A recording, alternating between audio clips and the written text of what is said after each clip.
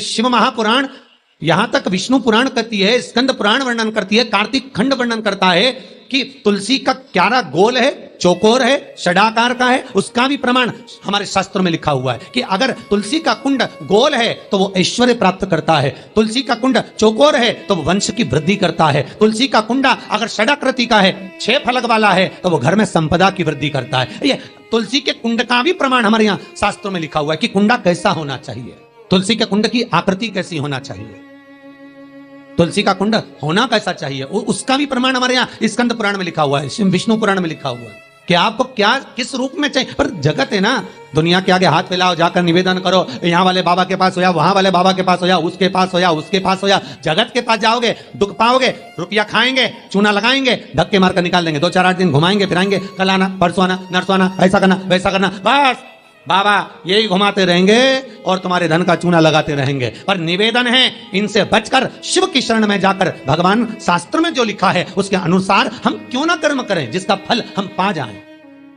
हम क्यों ना ऐसा कर्म करें जिसके फल को हम पा सकें, हम क्यों भ्रमित हों। हमारे यहाँ तुलसी के कुंड का भी विधान है, गोल कुंडा है ऐश्वर्य देगा, चौकोर कुंडा है, आप लोग कई बार देखे होंगे किसी किसी के यहाँ चौकोर तुलसी का क्यारा होता है, कुंडा होता है, वो वंश बढ़ाता है, षडाकृति का है, वो धन देता है, संपदा देता है। दोष हमारा है, हम तुलसी के कुंडे के नीचे शंकर जी को रख देते हैं, क्यों कि यहीं तुलसी जी को पानी चढ़ाएंगे, यहीं शंकर जी को चढ़ा देंगे, दोष है। तुलसी के कुंड के नीचे हम सर्पदेव को रख देते हैं, नाग देवता रख देते हैं, पानी चढ़ाएंगे, पात्री रख देते हैं, नहीं, इसका दोष हम सबको, स्वयं अगर गलती करते हैं तो स्वयं को भोग। कैसा कुंड हो, 7 तरह के कुंडों का व्याख्यान तुलसी के रूप में कहा गया है हमारा। पहला गोल, दूसरा चौकोर, तीसरा षडाकृति, चौथा त्रिवेणी, 3 कोने वाला कुंडा।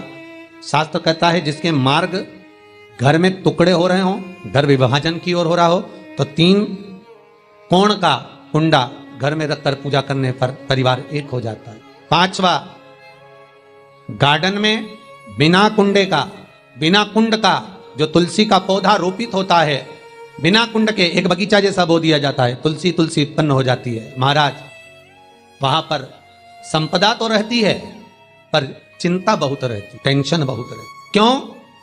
घर के दरवाजे के बाहर इतनी सारी बगीचे में तुलसा कर दी, कोई निकल कर जा रहा था उसने थूक दिया, कोई निकल कर जा रहा था उसने पानी डाल दिया, कोई श्वान ने, कुत्ते ने, किसी ने, बिल्ली ने गंदगी कर दी, उसका दोष आपको लगेगा। इसलिए कुंड के अंदर तुलसा का, तो वो धन तो देगा, जो तुमने बगीचे में तुलसा लगाई है, गार्डन तुलसा का करा है, वो धन तो देगा, संपदा भी देगा, पर चिंता को बढ़ा देगा। 5 महाराज। 6, तुलसी के कुंड को 3 धार पर लटका कर रखना। कई जगह पर आपने देखा होगा तुलसी का जो कुंडा होता है उसको 3 जो तार होते हैं, 3 जो चेन होती है उस पर लटकाया जाता है। महाराज विष्णु पुराण उसका भी व्याख्यान करती है। महाराज वहां व्यक्ति के कार्य उन्नति की सीढ़ी की ओर बढ़ जाते हैं। जैसे भोजन की थाली लग गई, भोजन तैयार हो गया, बस खाने बैठे हो और थाली खसक गई, समझ लेना कि तुलसी को अधर पर लटका कर रखा है। इसलिए कार्य तो हो रहे हैं, बनने वाले हैं, 4 दिन बाद ये काम होने वाला है, 8 दिन बाद ये काम होने वाला है, लग रहा है कि इसमें इतना फल मिलेगा, लग रहा है इस व्यापार को करेंगे तो इतना फायदा हो जाएगा, सब कुछ करा, लाखों रुपए लगा भी दिए, थाली मालूम पड़े खसक गई, अधर लटका है। 7 क्रम है तुलसी के, ये 6ठा क्रम बताया। तुलसी का 7वां क्रम, तुलसी का 7वां क्रम है महाराज, तुलसी का कुंडा जैसा घर के आंगन में है, तुलसी का कुंड जैसे घर के आंगन में विराज रहा है, ऐसा ही छोटा सा कुंड भगवान के लिए रोपित करें।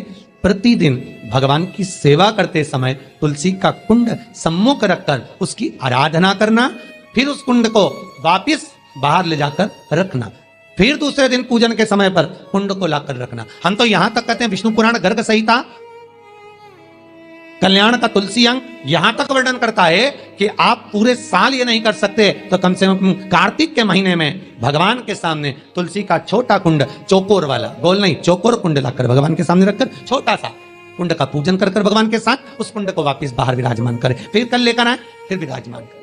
आप पूरे साल नहीं कर सकते तो 1 महीना, उसका फल 1000 गुना प्राप्त होता है। तो किस चीज के लिए कहा गया कि तुलसी का कुंडा एक बाहर हो एक घर के अंदर मंदिर के सामने पूजन के लिए रखा जाए तो कहते हैं उस घर में वैभव, सत्ता, संपदा, लक्ष्मी, समृद्धि, शांति की कभी कमी नहीं, कभी कमी, प्राप्ति सुख की, आनंद की।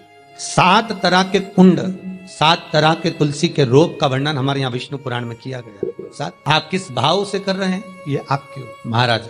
स्त्रियों के, नारियों के जितने भी रोग होते हैं, बीमारियां होती हैं, रजोधर्म से जुड़ी हुई जो भी तकलीफें होती हैं, उसका भी व्याख्यान देवी भागवत में स्पष्ट कहा गया। गूलर का फूल अर्थात जो देवी जी को, माता जी को जो घंटी वाला फूल चढ़ता है लाल कलर का, गूलर का फूल, माता के चरणों को छुआकर, तुलसी के पौधे का स्पर्श कराकर जो नारी को रजोधर्म से जुड़ी हुई परेशानियां होती हैं, उसके अंतर्गत वो फूल तुलसी का पौधा दिखाते हुए खिला दिया जाता है तो 3 दिन में, उसको 2 दिन में आराम लग जाता है। 2 या 3 दिन में हमारा तो शास्त्र कह रहा है। आराधना में आप हाथ की माला, कर की माला ना भी रखें तो घट की माला, तुलसी की माला, रुद्राक्ष की माला आपके कंठ में होगी तो 21,600 श्वास जो मनुष्य के शरीर से प्रतिदिन निकल रही है, 21,600 श्वास जो मानव के शरीर से प्रतिदिन निकल रही है, उस श्वास के बल पर आपकी घट की जिह्वा से वो मंत्र जाप हो जाएगा, उसका पुण्य आपके खाते में। तुम्हारे गले में जो तुलसी की माला हो, तुम्हारे गले में जो रुद्राक्ष की माला हो, उसमें मन के 108 होना चाहिए या 108 से भी ज्यादा होना चाहिए। कम मनके की माला मत पहना गले में, बारीक बारीक मनके की कर लो, छोटे से छोटे मनके की कर लो, 100 से भी ज्यादा हो, 108 से भी ज्यादा हो। क्यों?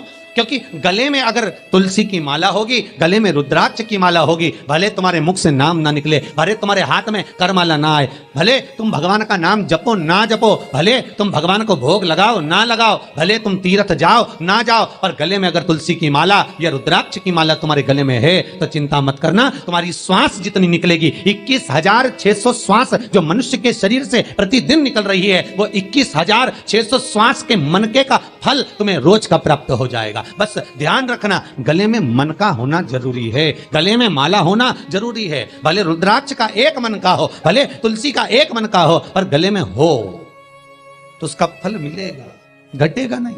पद्म पुराण गर्ग संहिता में भी आप ढूंढेंगे तो मिल जाएगा। गीता प्रेस गोरखपुर की तुलसी अंक निकालेंगे तो उसमें मिल जाएगा। 2 वृक्ष ऐसे हैं जिनके नजदीक में जो दिया जाता है वो समाप्त नहीं होता, एक आंवले का वृक्ष, दूसरा तुलसी का पौधा, जहां समाप्त नहीं होता।